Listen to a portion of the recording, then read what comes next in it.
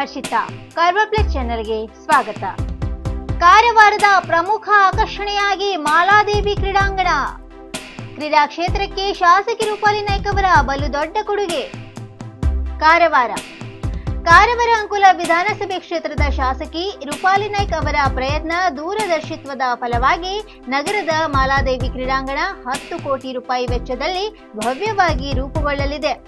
ಹೊರಾಂಗಣ ಒಳಾಂಗಣ ಕ್ರೀಡೆಗೆ ಅಗತ್ಯವಾದ ಅತ್ಯಾಧುನಿಕ ಸೌಲಭ್ಯಗಳೊಂದಿಗೆ ಹಿಂದೆಂದೂ ಕಂಡರಿಯದ ರೀತಿಯಲ್ಲಿ ಅಭಿವೃದ್ಧಿಗೊಳ್ಳಲಿದೆ. ಇದರಿಂದ ನಮ್ಮ ಬಾಲಕ ಬಾಲಕಿಯರು ಯುವ ಜನತೆಯ ಕ್ರೀಡಾ ಭವಿಷ್ಯ ಉಜ್ವಲವಾಗಲಿದೆ. ಕಾರವಾರ ನಗರದ ಪ್ರಮುಖ ಆಕರ್ಷಣೆಯಾಗಿ ತಲೆ ಎತ್ತಲಿದೆ. ಶ್ರೀಮತಿ ರೂಪಾಲಿ ನಾಯ್ಕ್ ಸರ್ಕಾರದ ಮಟ್ಟದಲ್ಲಿ ನಿರಂತರ ಪ್ರಯತ್ನ, ವಿವಿಧ ಇಲಾಖೆಗಳೊಂದಿಗೆ ಸಮನ್ವಯ ಸಾಧಿಸಿ ಹಣ ಮಂಜೂರಿ ಮಾಡಿಸಿದ್ದು, ಆ ಮೂಲಕ ಕಾರವಾರ ಅಂಕೋಲಾ ಕ್ಷೇತ್ರಕ್ಕೆ ಹಾಗೂ ಇಡೀ ಜಿಲ್ಲೆಯ ಕ್ರೀಡಾ ಕ್ಷೇತ್ರಕ್ಕೆ ಅಮೂಲ್ಯ ಕೊಡುಗೆ ನೀಡಿದಂತಾಗಿದೆ. ಕ್ರೀಡಾಂಗಣದಲ್ಲಿ ಏನೇನು ಇರಲಿದೆ? ಮಾಲಾದೇವಿ ಕ್ರೀಡಾಂಗಣದ ಸುತ್ತಲೂ 1145 ಮೀಟರ್ ಉದ್ದದ ಆವರಣ ಗೋಡೆ ನಿರ್ಮಾಣವಾಗಲಿದೆ.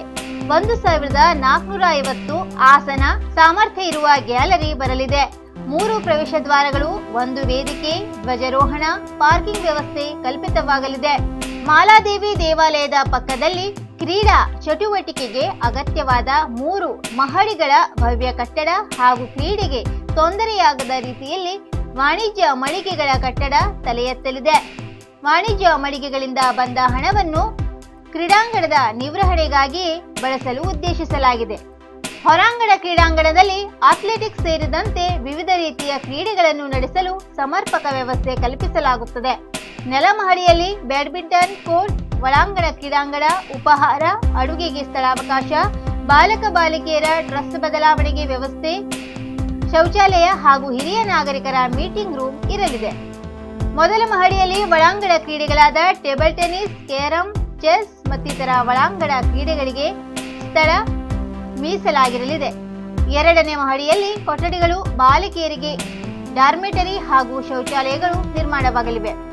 ನೆಲ ಮಹಡಿಯಲ್ಲಿ ಕ್ರೀಡಾ ಚಟುವಟಿಕೆಗಳು, ಕಾರ್ಯಾಲಯ, ಅಂಗಡಿ, ಮಳಿಗೆಗಳಿಗೆ ಅವಕಾಶ. ಅಂಚೆ ಇಲಾಖೆಯಿಂದ ವಿವಿಧ ಬ್ಯಾಂಕಿಂಗ್ ಸೇವೆ ಲಭ್ಯ.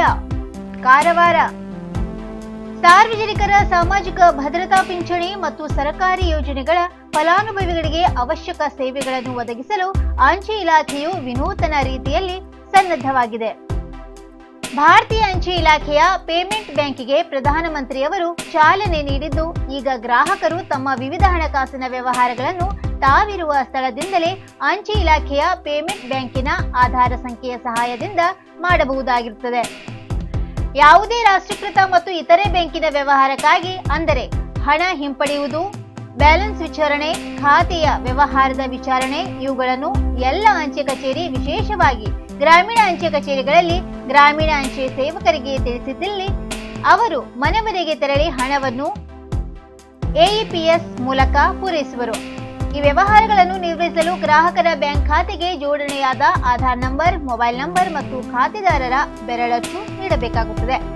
ಇದರ ಖಚಿತತೆಯನ್ನು ಆಧಾರ್ ಕಾರ್ಡ್ ಮೂಲಕ ಪ್ರಮಾಣೀಕರಿಸಿ ನಂತರ ಗ್ರಾಹಕರು ಸೂಚಿಸಿದ ನಗದನ್ನು ದಿನವೊಂದಕ್ಕೆ ಗರಿಷ್ಠ ರೂಪಾಯಿ 10,000ವರೆಗೆ ರಾಷ್ಟ್ರೀಕೃತ ಬ್ಯಾಂಕಿನ ಖಾತೆಯಿಂದ ಗ್ರಾಹಕರು ಅಂಚೆ ಕಚೇರಿಯಲ್ಲಿಯೇ ಹಣವನ್ನು ಹಿಂಪಡೆಯಬಹುದಾಗಿದೆ. ಸಾರ್ವಜನಿಕರು ಸರ್ಕಾರದ ಯಾವುದೇ ನೇರ ನಗದು ವರ್ಗಾವಣೆ ಸೌಲಭ್ಯವನ್ನು ಪಡೆಯಬೇಕಾದರೆ ಇಂಡಿಯಾ ಪೋಸ್ಟ್ ಪೇಮೆಂಟ್ಸ್ ಬ್ಯಾಂಕ್ ಮುಖಾಂತರ ತಮ್ಮ ಮನೆಯ ಬಾಗಿಲಲ್ಲೇ ಕೇವಲ ಆಧಾರ್ ಸಂಖ್ಯೆ ಮತ್ತು ಮೊಬೈಲ್ ಸಂಖ್ಯೆಯೊಂದಿಗೆ ಖಾತೆಯನ್ನು ಪೋಸ್ಟ್ ಮ್ಯಾನ್ ಮೂಲಕವೂ ತೆರೆಯಬಹುದಾಗಿದೆ. ಇದಲ್ಲದೆ ಸಾರ್ವಜನಿಕರು ತಮ್ಮ ಊರಿನಲ್ಲಿಯೇ ಕುಳಿತು ಯಾವುದೇ ಬಿಲ್, ವಿದ್ಯುತ್, ಟೆಲಿಫೋನ್, ಟಿವಿ ರಿಚಾರ್ಜ್, ಪಾವತಿ ಮುಂತಾದವುಗಳನ್ನು ಗ್ರಾಹಕರೇ ಸ್ವತಃ ಮಾಡಿಕೊಳ್ಳಬಹುದಾಗಿದೆ. ಇಲ್ಲವಾದಲ್ಲಿ ನಮ್ಮ ಅಂಚೆ ಕಚೇರಿ ಮತ್ತು ಪೋಸ್ಟ್ ಮ್ಯಾನ್ ಮುಖಾಂತರವೂ ಮಾಡಬಹುದಾಗಿದೆ. ಕ್ರೀಮ್ಸ್ ಕೋವಿಡ್ ವಾರ್ಡ್ ಮತ್ತಷ್ಟು ಹೈಟೆಕ್. ಕಾರವಾರ ಇಲ್ಲಿನ ಕ್ರೀಮ್ಸ್ ಆಸ್ಪತ್ರೆಯ ಕೋವಿಡ್ ವಾರ್ಡ್ ಇನ್ನಷ್ಟು ಹೈಟೆಕ್ ಆಗಿದೆ. ತೀವ್ರ ಉಸಿರಾಟದ ಸಮಸ್ಯೆ ಹಾಗೂ ಇತರ ತೊಂದರೆಯಿಂದ ಬಳಲುತ್ತಿರುವವರಿಗೆ ಚಿಕಿತ್ಸೆ ನೀಡಲು ವಾರ್ಡ್ನಲ್ಲಿ ಸೌಲಭ್ಯಗಳನ್ನು ಉನ್ನತೀಕರಿಸಲಾಗಿದೆ ಎಂದು ನಿರ್ದೇಶಕ ಡಾಕ್ಟರ್ ಗಜಾನನ್ ನಾಯಕ್ ತಿಳಿಸಿದ್ದಾರೆ. ವಾರ್ಡ್ನಲ್ಲಿ ಒಟ್ಟು 35 ICU ಹಾಸಿಗೆಗಳ ವ್ಯವಸ್ಥೆ ಇದ್ದು 33 ವೆಂಟಿಲೇಟರ್ ಸೌಲಭ್ಯವಿದೆ. 9 ಹೈಪ್ರೋ ಆಕ್ಸಿಜನ್ ಯಂತ್ರವನ್ನು ಹೊಸದಾಗಿ ಅಳವಡಿಸಲಾಗಿದೆ. ಇದಕ್ಕೆ ಲಿಕ್ವಿಡ್ ಆಕ್ಸಿಜನ್ ಪ್ಲಾಂಟ್ ಬೇಕಾಗಿದ್ದು ಅದನ್ನು ಶೀಘ್ರದಲ್ಲಿ ಅಳವಡಿಸಲಾಗುವುದು ಎಂದು ಜಿಲ್ಲಾ ಶಸ್ತ್ರ ಚಿಕಿತ್ಸಕ ಡಾಕ್ಟರ್ ಶಿವಾನಂದ್ ಕುರ್ತರ್ಕರ್ ತಿಳಿಸಿದ್ದಾರೆ. ಅಲ್ಲದೆ ಮೂತ್ರಪಿಂಡ ಸಮಸ್ಯೆ ಇರುವವರಿಗೆ ಕರೋನಾ ಸೋಂಕು ತಗುಲಿದ್ದಲ್ಲಿ ಚಿಕಿತ್ಸೆಗಾಗಿ ಕರೋನಾ ವಾರ್ಡ್ನಲ್ಲೇ ಬಂದು ಡಯಾಲಿಸಿಸ್ ಯಂತ್ರವನ್ನು ಅಳವಡಿಸಲಾಗಿದೆ ಎಂದು ಅರೆವಳಿಕೆ ತಜ್ಞ ಡಾಕ್ಟರ್ ಮಂಜುನಾಥ್ ಭಟ್ ತಿಳಿಸಿದ್ದಾರೆ.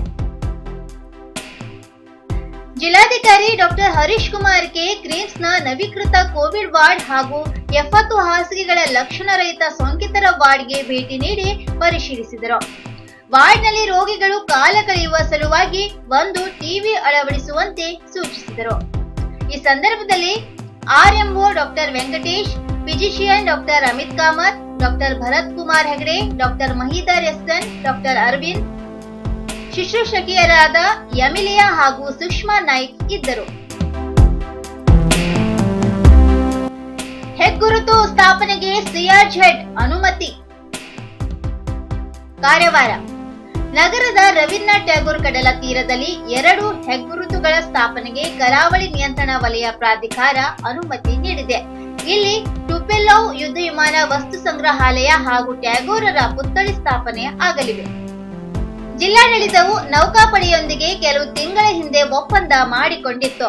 ತಮಿಳುನಾಡಿನ ಅರ್ಕೋಣಂನಲ್ಲಿರುವ ವಿಮಾನದ ಭಾಗಗಳನ್ನು ಕಳಚಿ ಕಾರವಾರದಲ್ಲಿ ಮರುಜೋಡಣೆ ಮಾಡಲಾಗುತ್ತದೆ. ಬಳಿಕ ಇದೊಂದು ಪ್ರವಾಸಿಗರ ಆಕರ್ಷಣೆಯ ತಾಣವಾಗಿ ಮಾರ್ಪಾಡಾಗಲಿದೆ. ರವೀಂದ್ರನಾಥ್ ಟ್ಯಾಗೋರ್ ಕಡಲ ತೀರಕ್ಕೆ ಸಾಗುವ ದಾರಿಯಲ್ಲಿ ಸ್ವಾಗತ ಕಮಾನನ್ನು 1994ರಲ್ಲಿ ನಿರ್ಮಿಸಲಾಗಿತ್ತು. ಅಲ್ಲಿ 2004ರಲ್ಲಿ ಟ್ಯಾಗೋರರ ಕಂಚಿನ ಪುತ್ಥಳಿಯನ್ನು ಸ್ಥಾಪಿಸಲಾಗಿತ್ತು. ಇದು ಕಡಲ ತೀರಕ್ಕೆ ಹೋಗುವವರನ್ನು ಆಕರ್ಷಿಸುತ್ತಿತ್ತು. ಆದರೆ ರಾಷ್ಟ್ರೀಯ ಹೆದ್ದಾರಿ 66ರ ಚತುಷ್ಪಥ ಕಾಮಗಾರಿ ಸಲುವಾಗಿ ಪುತ್ಥಳಿಯನ್ನು 2018ರ ಮಾರ್ಚ್ 19ರಂದು ತೆರವು ಮಾಡಲಾಗಿತ್ತು. ಅದನ್ನು ಕಡಲ ತೀರದಲ್ಲಿರುವ ಗೋದಾಮಿನಲ್ಲಿ ಇಡಲಾಗಿತ್ತು. ಪುತ್ಥಳಿಯ ಮರುಸ್ಥಾಪನೆಗೆ ಸಿಆರ್ಝೆಡ್ ಅನುಮತಿ ಸಿಕ್ಕಿರುವ ಕಾರಣ ಕಾಮಗಾರಿಗೆ ಶೀಘ್ರವೇ ಭೂಮಿ ಪೂಜೆ ನೆರವೇರಿಸಲು ಜಿಲ್ಲಾಡಳಿತ ಸಿದ್ಧತೆ ನಡೆಸಿದೆ. 3 ತಿಂಗಳಲ್ಲಿ ಕಾಮಗಾರಿ ಪೂರ್ಣಗೊಳಿಸುವ ಉದ್ದೇಶ ಜಿಲ್ಲಾಡಳಿತದ್ದಾಗಿದೆ. ಕಡಲ ತೀರಕ್ಕೆ ಸ್ವಾಗತ ಕಮಾನು, ರಸ್ತೆಯ ಅಂಚಿನಲ್ಲಿ ಬೇಲಿ ಅಳವಡಿಸುವ ಕೆಲಸವು ಇದರಲ್ಲಿ ಒಳಗೊಳ್ಳಲಿದೆ. ಉತ್ತರ ಕನ್ನಡ ಜಿಲ್ಲೆಯಲ್ಲಿಂದು 101 ಕರೋನಾ ಕೇಸ್, 3ರನ್ನು ಬಲಿ ಪಡೆದ ನಂಜು. ಕಾರವಾರ ಉತ್ತರ ಕನ್ನಡ ಜಿಲ್ಲೆಯಲ್ಲಿಂದು 101 ಕರೋನಾ ಕೇಸ್ ದಾಖಲಾಗಿದೆ. ಭಟ್ಕಳದಲ್ಲಿ 33 ದೃಢಪಟ್ಟಿದೆ. ಶಿರಸಿ 19, ಹೊನ್ನಾವರ 11, ಕುಮಟಾ 5, ಮುನುಗೋಡ 6, ಜೋಯಿಡಾ 5, ಅಂಕೋಲ 2, ಹಳಿಯಾಳ ಮತ್ತು ಕಾರವಾರದಲ್ಲಿ ತಲಾ 10 ಪ್ರಕರಣ ದಾಖಲಾಗಿದೆ. 88 ಮಂದಿ ವಿವಿಧ ಆಸ್ಪತ್ರೆಯಿಂದ ಗುಣಮುಖರಾಗಿ ಬಿಡುಗಡೆಯಾಗಿದ್ದಾರೆ. ಕಾರವಾರ 5, ಅಂಕೋಲ 5, ಕುಮಟಾ 8, ಹೊನ್ನಾವರ 1, ಭಟ್ಕಳ 22, ಶಿರಸಿ 9, ಸಿದ್ದಾಪುರ 1, ಯಲ್ಲಾಪುರ 4, ಮುನುಗೋಡ 11, ಹಳಿಯಾಳ 21, ಜೋಯಿಡಾದಲ್ಲಿ 1 ಆಸ್ಪತ್ರೆಯಿಂದ ಬಿಡುಗಡೆಯಾಗಿದ್ದಾರೆ. ಹೊನ್ನಾವರದಲ್ಲಿ 2, ಹಳಿಯಾಳದಲ್ಲಿ 1 ಸೇರಿ 3 ಮೃತಪಟ್ಟಿದ್ದು, ಜಿಲ್ಲೆಯಲ್ಲಿ ಸೋಂಕಿತರ ಸಂಖ್ಯೆ 4618ಕ್ಕೆ ಏರಿಕೆಯಾಗಿದೆ. ಸಾವಿನ ಸಂಖ್ಯೆ 51ಕ್ಕೆ ಏರಿಕೆಯಾಗಿದೆ. ಇನ್ನು ಮತ್ತಷ್ಟು ಸುದ್ದಿಗಾಗಿ ಕಾರ್ವಾರ್ ಪ್ಲಸ್ ವೀಕ್ಷಿಸಿ. ನೀವು ಯೂಟ್ಯೂಬ್ ಅಲ್ಲಿ ನೋಡ್ತಿದ್ದೀರಿ, ಸಬ್ಸ್ಕ್ರೈಬ್ ಮಾಡಿ, ಬೆಲ್ ಐಕಾನ್ ಕ್ಲಿಕ್ ಮಾಡಿ. ಫೇಸ್ಬುಕ್ ಪೇಜ್ ಅಲ್ಲಿ ನೋಡ್ತಿದ್ದೀರಿ, ಫಾಲೋ ಮಾಡಿ. ಧನ್ಯವಾದಗಳು.